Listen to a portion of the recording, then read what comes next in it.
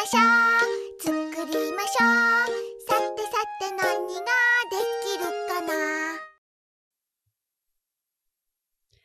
Okay, so first off, take out your rice. It is Japanese shark grain rice, also known as Calrose rice.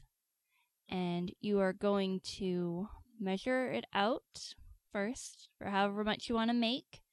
We're just going to do 1 cup because that's a good general size. It's a little much for one person for one meal, but there's no harm in having leftovers.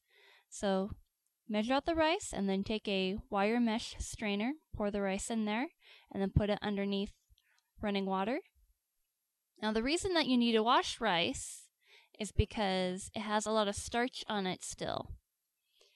And if you leave the starch in there, then the rice is going to stick together oddly and it's going to taste weird and there's going to be a film all over the pot when you're cooking it, and that's just not nice at all. And so when you want the rice to stick together, you don't want all that extra starchy grossness in there. So just hold it underneath the water and agitate it with your fingers, running it in your hands or rubbing it alongside the strainer just to cause some agitation. You're just cleaning it off.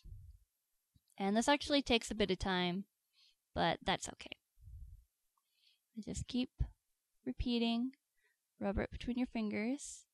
Okay, and you know that it's done when you run the water under it, or run it under the water, and then the water comes out clear instead of being a milky white.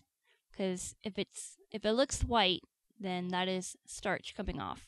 So when it's all clear, that means that all the excess starch is gone. So just shake it off as best you can, and then set it down to dry. And then after it dries, you are ready to cook.